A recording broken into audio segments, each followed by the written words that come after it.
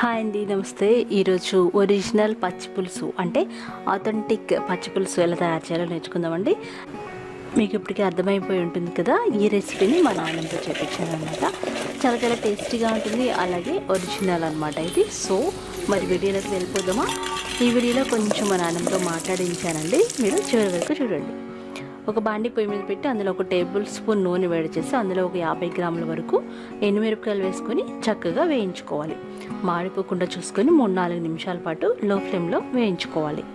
బాగా వేగిన ఈ ఎండుమిరపకాయలు ఒక చిన్న దాకలోకి తీసుకొని దాన్ని మనం చక్కగా మెదుపుకోవాలి. కొంచెం కొంచెం నీళ్లు పోసుకుంటూ పేస్ట్ లాగా మెదుపుకోవాలి. ఇలా మీరు మిక్సీలో కూడా చేయొచ్చు. నానమ్మ ఇక్కడ పప్పు గుత్తితో చేస్తుంది, ఎందుకంటే మన చేతులు మండకుండా ఉండడానికంట. అందుకని ఇది ఒక టిప్ అనమాట. కొంచెం కొంచెం నీళ్ళు పోసుకుంటూ ఇలా మెత్తని పేస్ట్ లాగా చేసుకోవాలి. అలా చేసేటప్పుడే కొంచెం ఉప్పు వేసుకోవాలి.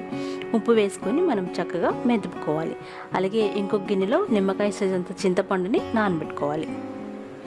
ఈ నానబెట్టిన చింతపండుని మనం చక్కగా మ్యాష్ చేసుకొని ఆ చింతపండు నీళ్ళని మనం మ్యాష్ చేసి పెట్టుకున్న ఎండుమిర్చి మిశ్రమంలో వేసుకోవాలి.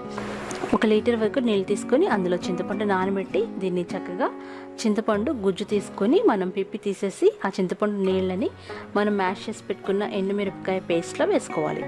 ఇప్పుడు చాలా ఇంపార్టెంట్ ఇంగ్రీడియంట్ ఏంటంటే ఉల్లిపాయలు. 2-3 ఉల్లిపాయలు మనం పెద్దగా కట్ చేసుకొని ఈ పచ్చిపులుసులో పోసుకోవాలి. అలాగే ఉప్పు సరి చూసుకొని వేసుకోవాలి.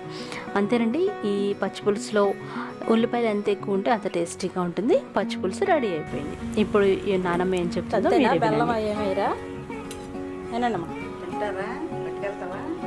తింటా. మామూలుగా చెప్తున్నా. బెల్లం వేస్తారా? బెల్లం వేస్తారా? అంతేనండి, ఈ రెసిపీ మీరు కూడా ట్రై చేయండి. అన్నంలోకి చాలా చాలా రుచిగా ఉంటుంది. మనం చేసిన రోజు కంటే నెక్స్ట్ డే చాలా బాగుంటుంది అనమాట. ఇదే అథెంటిక్ స్టైల్ పచ్చి పులుసు. ఈ వీడియో మీకు నచ్చినట్లయితే లైక్ చేయండి, షేర్ చేయండి, కామెంట్ చేయండి. అలాగే నా ఛానల్ని సబ్స్క్రైబ్ చేసుకోండి.